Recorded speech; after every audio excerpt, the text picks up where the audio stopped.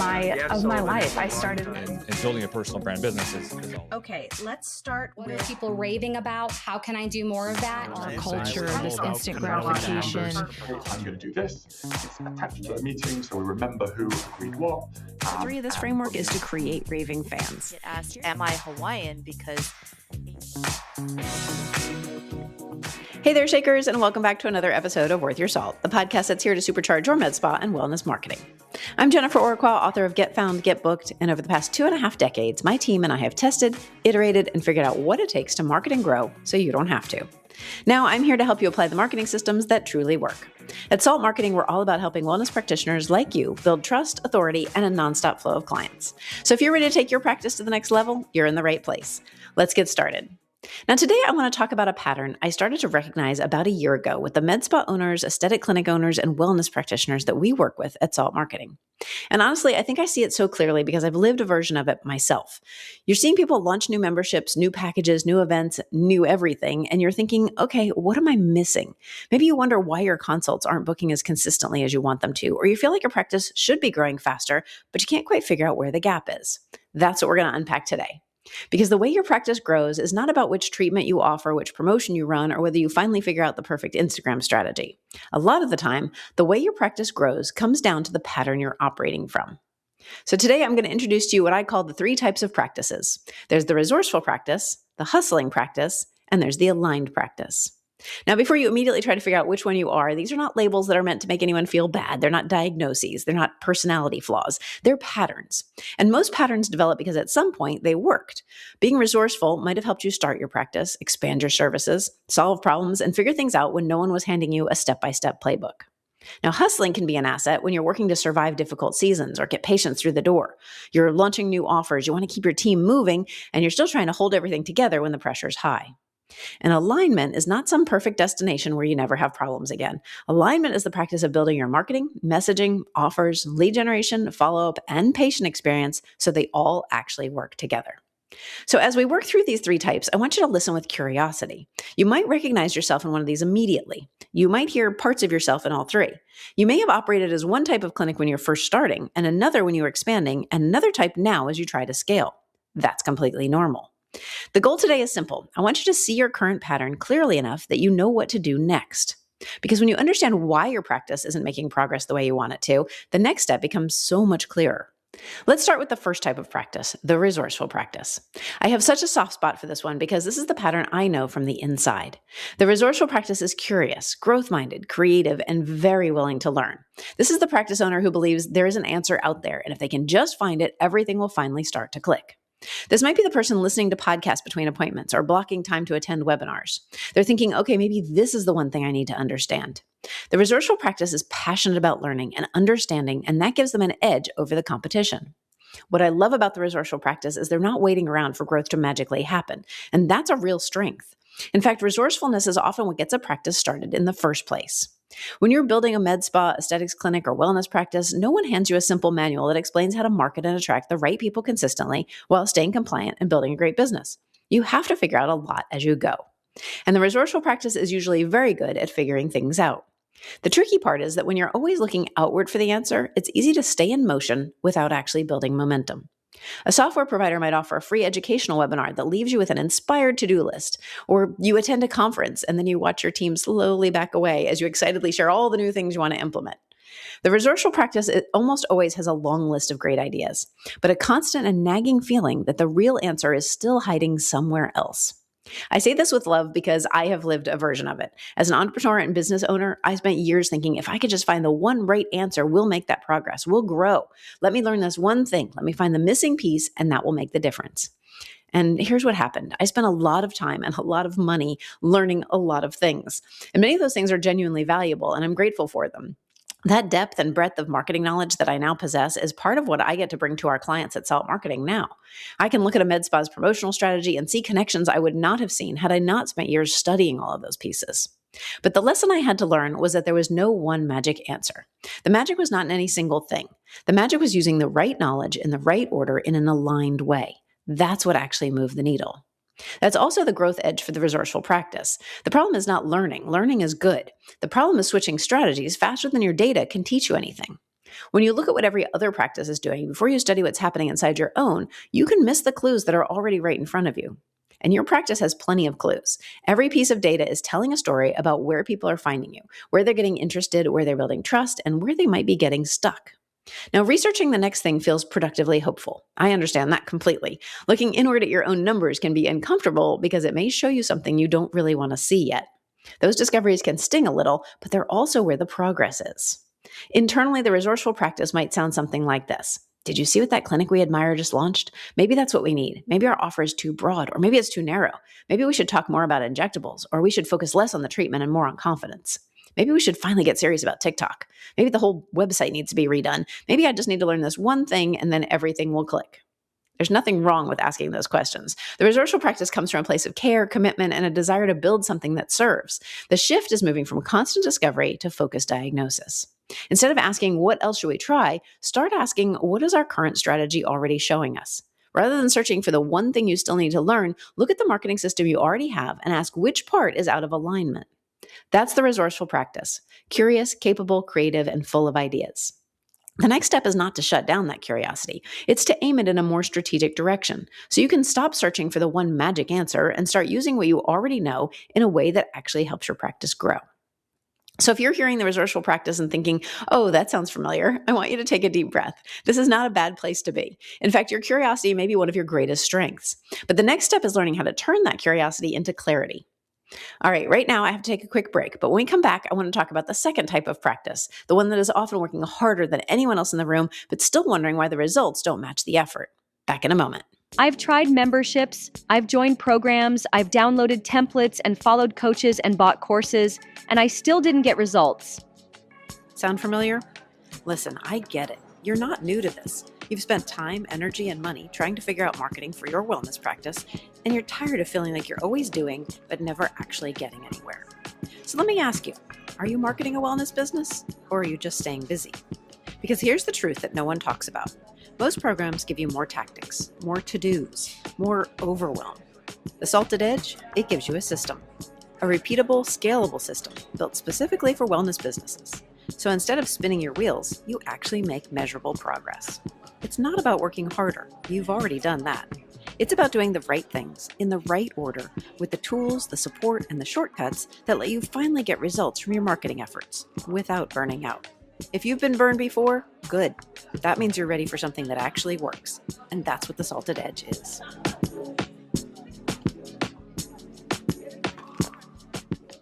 All right, we're back here on Worth Your Salt, and today we're talking about the three types of practices: the resourceful practice, the hustling practice, and the aligned practice.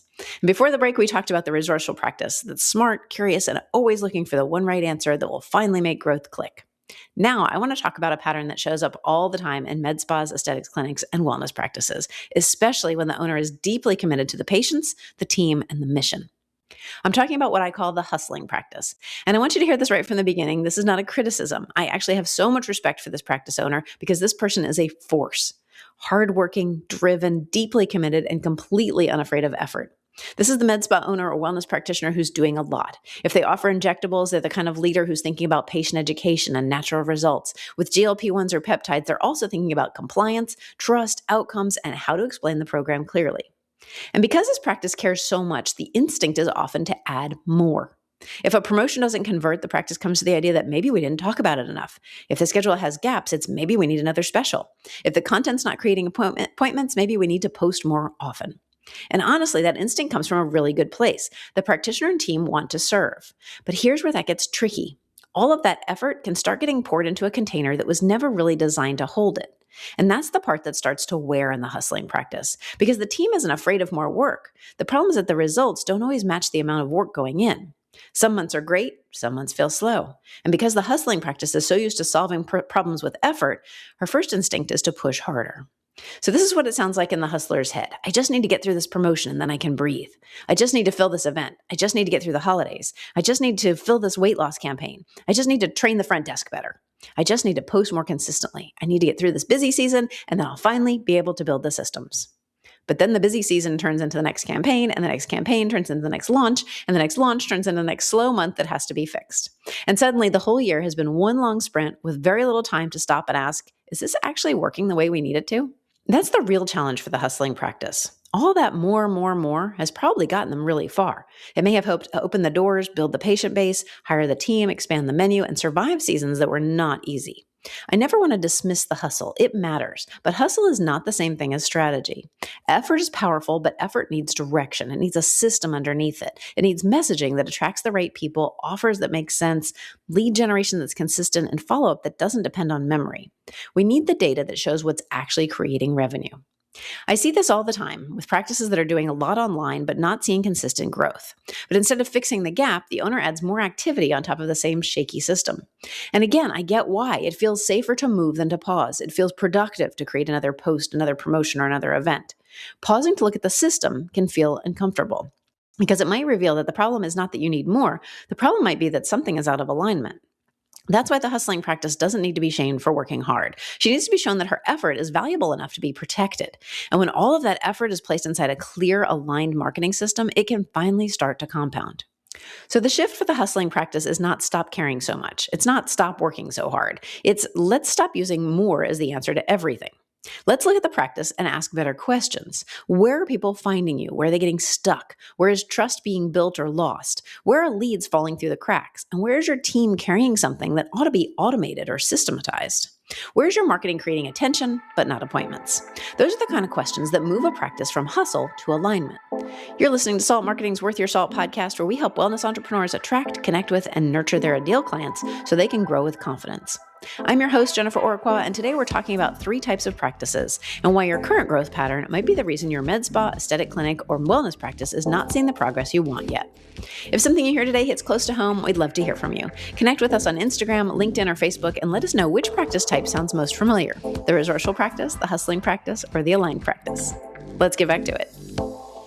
Now, we've talked about the resourceful practice, the practice that keeps looking for the right answer. And we've talked about the hustling practice, the practice that keeps adding more effort, more efforts, more promotion, more content, and more activity to create growth. Now, let's talk about the third type, the aligned practice.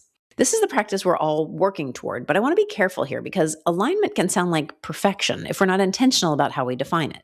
The aligned practice does not have a perfect website, team, or calendar. That's not real life, and it's definitely not real life in a med spa, aesthetics, or wellness practice where you're dealing with a million variables and a market that changes constantly. Alignment doesn't mean everything is perfect. Alignment means the practice has stopped chasing every new idea and stopped adding more to an already heavy system without first asking what's actually needed. It means the practice owner and team have started connecting the right things in the right order, so marketing is not just a collection of disconnected activities. The aligned practice still has curiosity. There's still a desire to learn, improve, and pay attention to what's changing in the market. And the aligned practice still has drive, that effort, energy, and commitment. The difference is that curiosity and drive are no longer running the whole show. They're being guided by strategy. This is the practice that knows what it stands for. The team understands who they serve best and what problems those patients are trying to solve. They know how to talk about those problems in a way that makes people feel seen instead of sold to. That kind of clarity changes the emotional experience of marketing. Without data, marketing can feel incredibly personal. A slow month feels like a failure. An underperforming promotion feels embarrassing. And a low engagement post is like proof that no one cares. But when you have data, it takes some of the drama out of those moments. Not all of it, because we're all human, and every business owner I know still feels the ups and downs. But data gives you a better way to go than panic.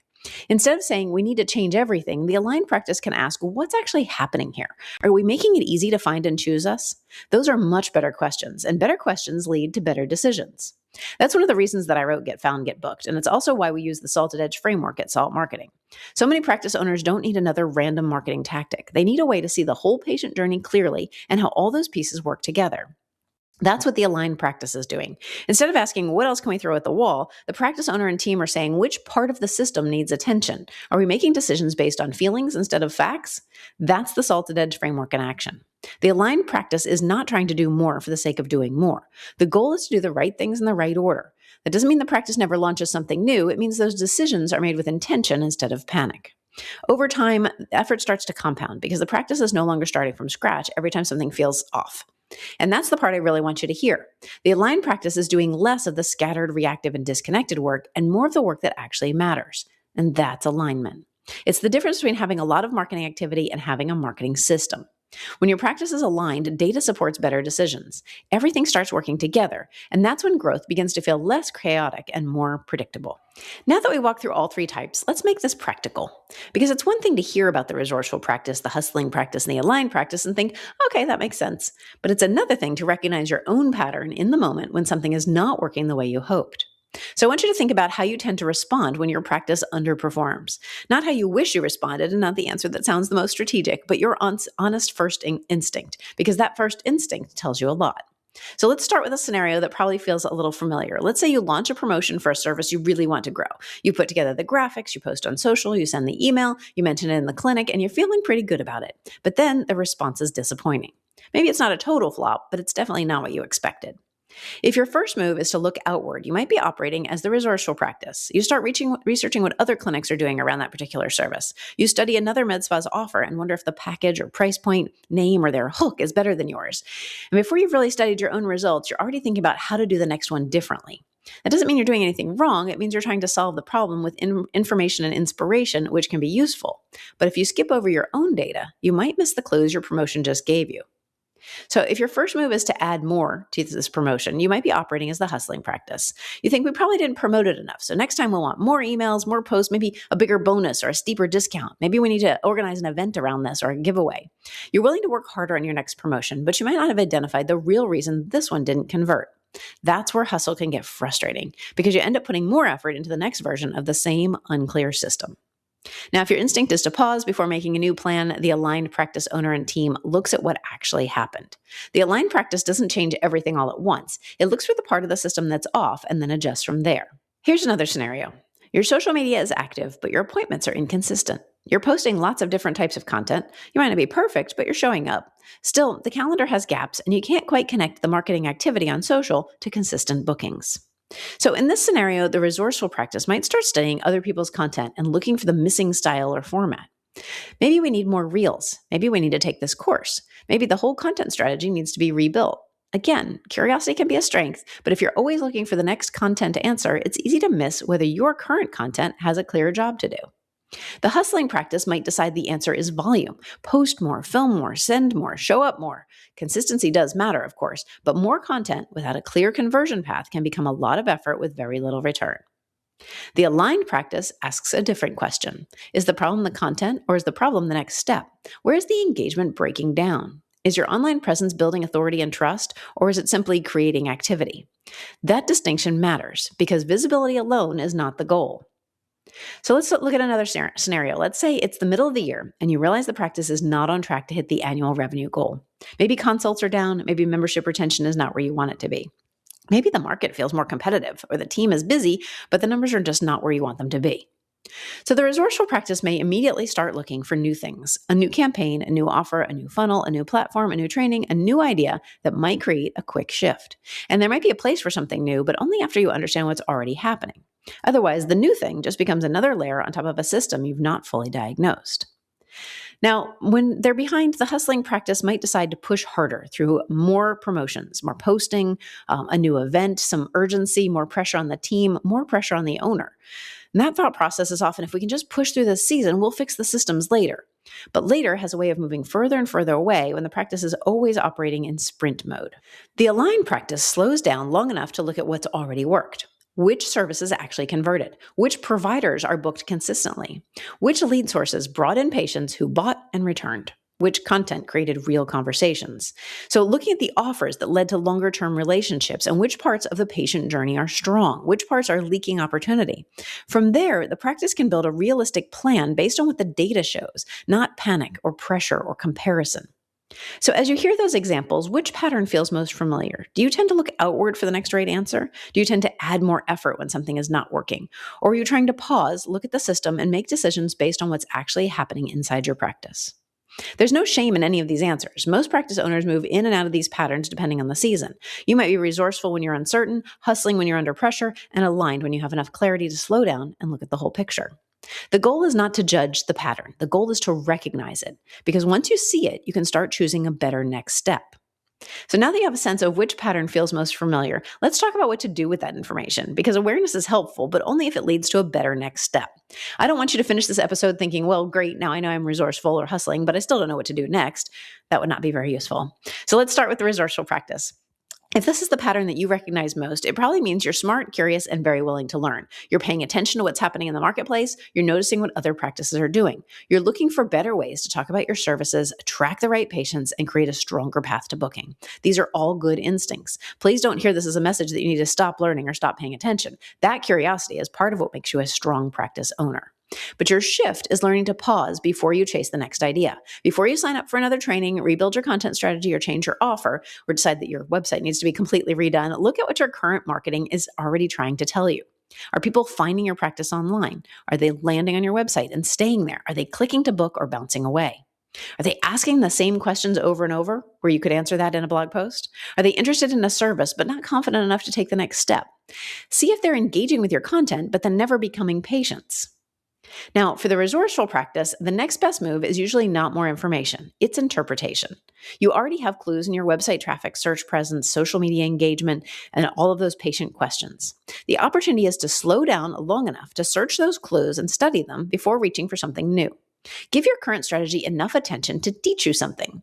Then, once you know what's actually happening, your learning becomes a much more powerful place because it's connected to a real gap instead of just a general feeling that something is missing. Now, if you recognize yourself as the hustling practice, your next step is a little different. You're probably not suffering from a lack of effort. You and your team may already be doing a lot. You're posting, following up, educating patients, managing service launches, answering questions, and trying to keep that calendar full. The problem is not that you don't care enough. It may be that too much responsibility is sitting on effort alone. So before you add another campaign or another content series, ask a more generous question. What would make this easier to sustain? Maybe the practice needs a clearer message so that patients understand why a service matters before they ever reach out. Or the booking path needs to be simpler, reducing friction in it. Maybe your team needs better language for answering pricing questions or explaining those treatment plans. Because if the leads are coming in, but there's not consistent follow-up, maybe your content's good, but it doesn't point people toward a clear next step, that's where we need to examine. For the hustling practice, the goal is not to take away that drive. It's to give that drive better support. Look for one place where the team is carrying too much manually, one place where patients are getting confused or you keep adding effort without seeing stronger results. Start there and automate. Simplify what's heavy, clarify what's confusing, systematize what keeps getting repeated. So when you protect your effort instead of constantly increasing it, your marketing starts to feel less like a sprint and more like something the practice can actually build on.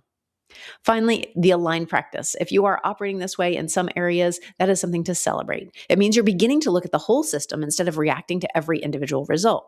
You're asking better questions. You're paying attention to what's working. You're making decisions from data more often than from panic. That doesn't mean everything's perfect, but it does mean that you're building the kind of practice where growth can become more predictable. Your next step is just refinement. Keep looking at the full patient journey. How do people find you? What they see first, whether they understand your value, and how easy it is for them to take the next step. What happens when your team follows up? What happens when someone becomes a patient? The aligned practice doesn't stop paying attention after one good month and doesn't spiral after one slow week. It keeps asking, what part of the system needs attention now? That might be visibility this quarter, conversion next quarter, and retention after that, and automation once the process is clear enough to support it. Now, what I love about our framework is that it gives you a way to understand your growth without making it personal. If your practice isn't where you want it to be, that doesn't mean you're bad at marketing. It doesn't mean your services are not valuable. It does mean that your team is falling behind. It usually means that one or more parts of the system are not working together yet, and that's fixable. So that's the good news. The resourceful practice can become more focused, the hustling practice can become more supported, and an aligned practice can keep refining and scaling with more confidence. You're not stuck with the pattern you recognize today. You're simply being invited to lead your practice in a more intentional way. So here's the question I would want you to sit with. What would change if you stopped trying to solve every marketing problem with either a new idea or more effort? What would happen if instead you looked at the whole picture and said, where is the actual gap? That one question can change the way you lead your marketing, your team, and the next season of growth. The Salted Edge framework matters so much in an aesthetics and wellness practice because your patients are not making casual decisions. They're making decisions about their bodies, their health, confidence, and appearance. They're also making decisions about their time and their money. So whether someone's considering Botox, fillers, laser, hormone support, or a longer-term wellness plan, there's a lot happening in their mind before they ever book. They're wondering, can I trust this provider? Will this work for me? Is it safe or will I feel judged? Is this worth the investment? Will someone explain my options clearly or am I going to feel pressured? That means your marketing has to do more than look polished. It has to build trust before that consultation ever happens. Your website has to do more than list services. It has to help someone understand why those services matter and what step to take next. So your social media can't just create awareness, it has to guide people toward confidence. Your reviews can't just sit there looking nice. They need to reinforce the story you and your future patients want to believe about your practice. Your follow-up can't be something that happens only when someone remembers. It needs to support the person who's interested or not quite ready yet.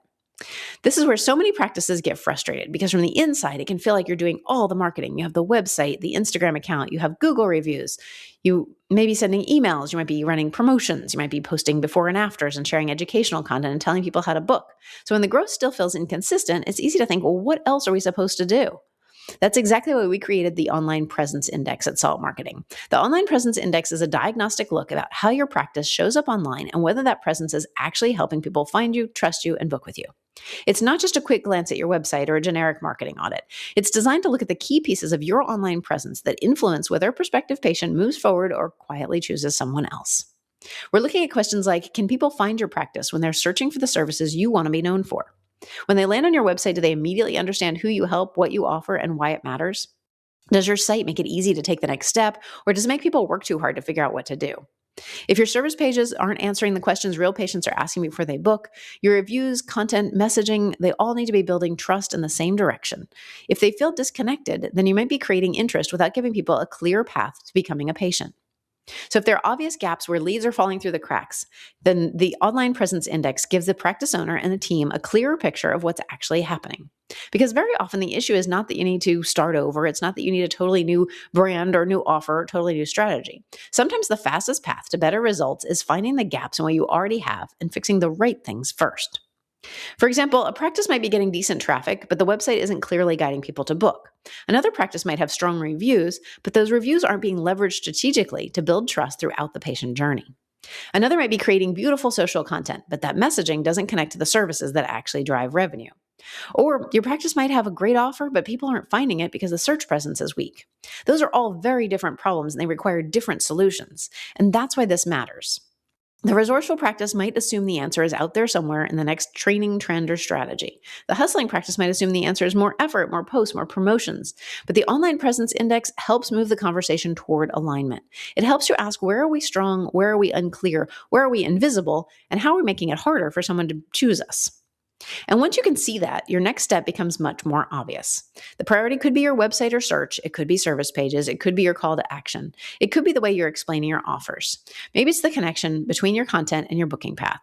The point is that you're no longer guessing. You're looking at the practice through the eyes of a prospective patient and asking whether your online presence is doing its job. That's really the heart of Get Found, Get Booked as well. People need to be able to find you, understand you, trust you, and take action. If any one of those pieces is missing, even great marketing activity can underperform. You can be visible, but not trusted. You can be trusted, but not clear. Clear, but not easy to book. Easy to book, but not showing up when people search.